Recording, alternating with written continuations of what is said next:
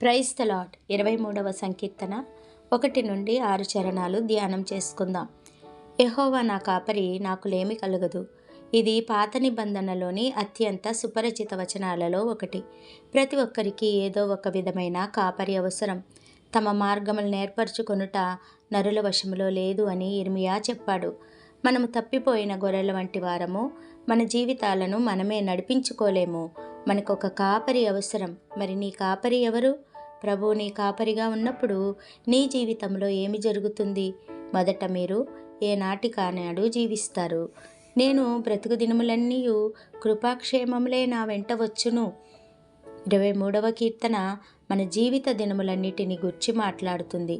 ప్రభువు మన కాపరిగా ఉన్నప్పుడు మన జీవితము ఏనాటికానాడు కొనసాగుతుంది.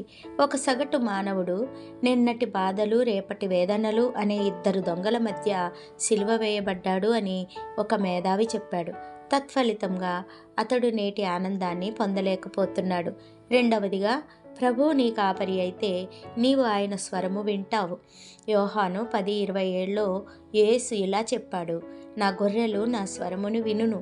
కాపరి తన గొర్రెలను వెనక నుండి తోలడు, కానీ తాను ముందుండి వాటిని పిలుస్తాడు.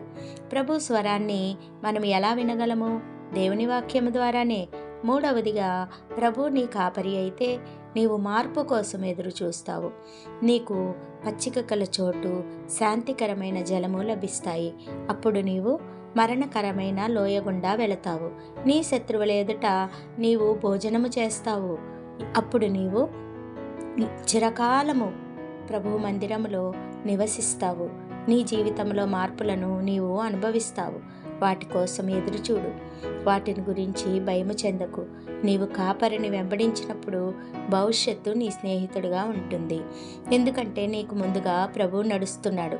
కాపరిని వెంబడిస్తూ ఏనాటికానాడు జీవిస్తూ ఇక నీవు భయపడవలసిన అవసరం లేదు. జీవితంలో అనివార్యమైన వాటిని స్వీకరించడంలో కొందరు విఫలమవుతారు. ఒక విశ్వాసిగా నీవు భవిష్యత్తును గురించి ఎన్నడూ భయపడకూడదు.